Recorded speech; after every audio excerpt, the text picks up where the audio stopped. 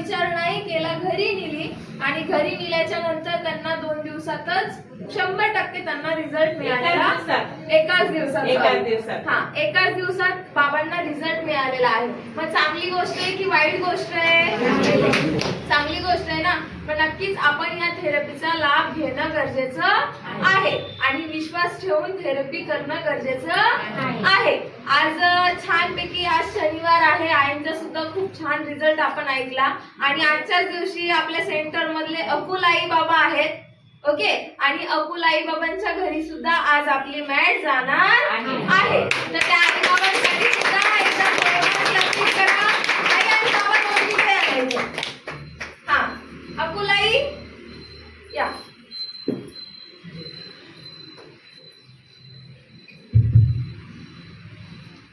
हा, किती जण आई बाबांना ओळखतात? रोज ओळखतो. ठीक आहे, बाकीचे आई बाबा नाही ओळखत. आई तुमचं नाव सांगा. प्रेमाचा देवराज अकुल. अच्छा, आणि बाबांचं नाव? देवराज हनुमंत अकुल. अच्छा, बाबांचं वय किती आहे? 65. आईंचं वय? 62 वय आहे. ठीक आहे. बाबा तुम्हाला काय त्रास होता? मला डावा गुडघा दुखायचा आणि सायटिकाचा त्रास होता. सायटिकाचा त्रास होता. सायटिकासाठी तुम्ही किती ठिकाणी इलाज केले? भरपूर दवाखाने दिले. तरी किती दवाखाने झाले असतील बाबा? काय सांगता नाही येणार, भरपूर दवाखाने झाले. अच्छा, भरपूर दवाखाने झाले. पैसा किती गेला त्याच्यामध्ये? काय लिहून नाही ठेवला. लिहून ठेवला नाही. भरपूर ठीक आहे. मग तो तेवढा सर्व हॉस्पिटल मध्ये तुम्ही खर्च केला. ओके, त्या ठिकाणी तुम्हाला किती टक्के रिझल्ट भेटला? रिझल्ट मिळालाच नाही. मी कितीतरी डॉक्टरांना विचारलं, एमडी डॉक्टरांना पण विचारलं. सायटिकाला मग काय म्हणजे काय म्हणता आपण, इलाज होतच नाही का सायटिकाचा.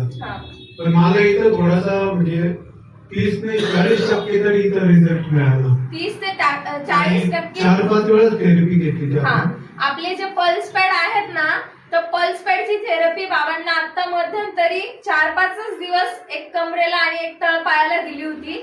तर बाबांना त्याच्यामुळेच रिझल्ट मिळालेला आहे. जवळजवळ 40% त्यांना रिझल्ट आपल्या थेरपीने दिलेला आहे. अजून जर का बाबांनी रेग्युलर ती पल्स पॅडची थेरपी घेतली तर त्यांचा एक दिवस रिझल्ट किती टक्क्यांपर्यंत असेल? 100% नक्कीच असेल. आणि मांडी घालून बसता येत नव्हतं पहिले. हा, आता मांडी घालून बसते. 1 मिनिट दाखवू शकता का मांडी घालून? हो. हा, पहिले बाबांना मांडी घालता येत नव्हती, आता बाबा अक्षरशः मांडी घालताय.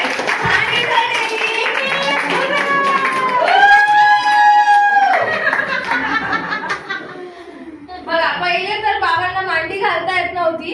बाबा जवळजवळ किती दिवसांपासून मांडी घालता येत नव्हती? तरी 2-3 वर्ष म्हणजे असं खाली जेवायला बसतच नव्हतो मी. अच्छा, कुठं पण प्रोग्रामला जरी गेलो ना हा, तरी खाली बसत नव्हतो, खुर्ची आणि. अच्छा. आणि मग आता खाली बसूनच जेवण करता का? नाही, खाली बसतो बॉस. अच्छा, खाली बसतात. चांगली गोष्ट आहे की वाईट गोष्ट आहे? खूप चांगली. 2 वर्षापासून बाबा खाली मांडी घालून बसू शकत नव्हते, पण आपल्या थेरपीने त्यांना इतका छान रिझल्ट दिला की ते आता मांडी घालून सुद्धा खाली बसू शकत आहे. बाबा तुम्हाला किती दिवस झाले थेरपीला येऊन? 1 महिना होईल आता. हा, 1 महिना ह्या महिन्यामध्ये होणार आहे. आई तुम्हाला? मला पण 1 महिना होईल या महिन्यात. मी कारण चेहऱ्यासाठी खूप दवाखान्यात फिरली. ते डॉक्टर नुसतं गोळ्या औषधं द्यायची. ते म्हणे हो होईल म्हणे, फरक होईल म्हणे, होमिओपॅथिक आयुर्वेदिक सगळं केलं. ते म्हणे हो होईल म्हणे, तुम्ही काय कंटिन्यू या म्हणे. 15-15 दिवसाला बोलवायचे ते. मग मी 15-15 दिवसाला जायचं. 2 वर्ष ते वर्षाचं एकदम आम्ही 25,000 बोलले तिथं. ते आम्हाला एक 50% पण गुण आला नाही. ते म्हणे परत मग ते 6 महिने म्हणे 6 महिने करा. आई म्हणे आम्ही 6 महिने वर्षभर करू. वर्ष झालं तरी काही गुणच आला नाही. मग आम्ही ते बंद केलं. आम्हाला त्या मॅडमचं परत 4 वेळा फोन आला का तुम्ही या इकडं, आम्ही परत करू व्यवस्थित. आम्ही परत वेगळे औषध देऊ. मग आम्ही हे म्हणे नाही म्हणे आम्हाला आता करायचंच नाही. एवढे पैसे देऊन पण काहीच रिझल्ट भेटलं नाही. आम्ही आता येणार नाही. आम्हाला 4-5 वेळा फोन आला ते मॅडमचा. मग आम्ही शेवटी गेलो नाही. मग मग इकडं आम्हाला समजलं नाही की म्हणे चल म्हणे आपण एकदा इथं तरी दाखवून देऊ. मग याला म्हटलं मी आता कुठंच येणार नाही म्हटलं, मला कुठं जायचं नाही, बस झालं म्हटलं. म्हणजे म्हणे नुसतं एकदा दाखवून तरी येऊ म्हणजे चल म्हणे. मग बळजबरीने मला ते घेऊन आले, नाही तर मला कुठं जायचं नव्हतं. तिथे आले तर मला बऱ्यापैकी 50% मला बरं वाटलं. छान लोक पण येते, आता सगळं एकदम फ्रेश वाटतं. डोकं दुखणं आधी डोकं दुखणं व्हायचं, आता डोकं पण दुखत नाही. तर 8-8 दिवसाला माझं डोकं दुखायचं, मान दुखायचं. आता काही झालं, आता खूपच फरक पडला मला.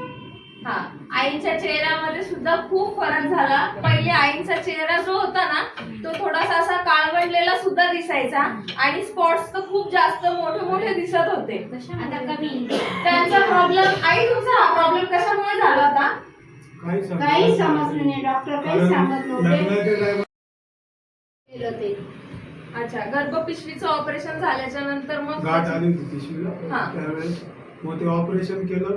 तिथून जास्त असं वाढायला लागलं अच्छा, पूर्ण. तरी भरपूर औषधं केले, भरपूर जे म्हणलं का तिकडं घरी देऊन जायचे. आम्ही ते कधी देवाचं पण पैशांचा केलं, हिसाब सगळं केलं, केलं. देवाचं केलं, उपास तपास इतके केलं ना मी. आता सगळे उपास सोडून दिले.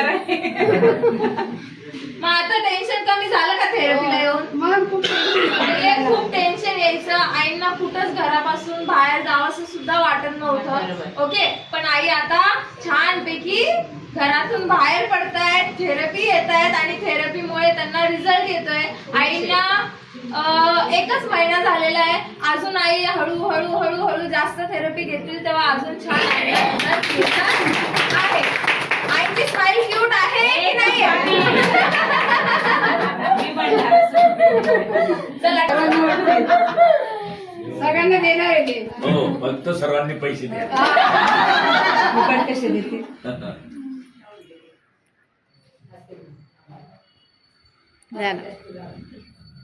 कॉंग्रॅच्युलेशन.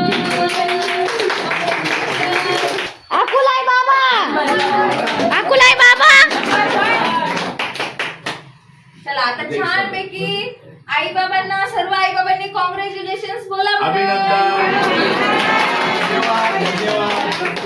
छानपैकी. अभिनंदन, कॉंग्रॅच्युलेशन. आज ते सुद्धा आपली मॅट घरी घेऊन जाणार आहेत. आई बाबांसाठी जोरदार क्लॅप.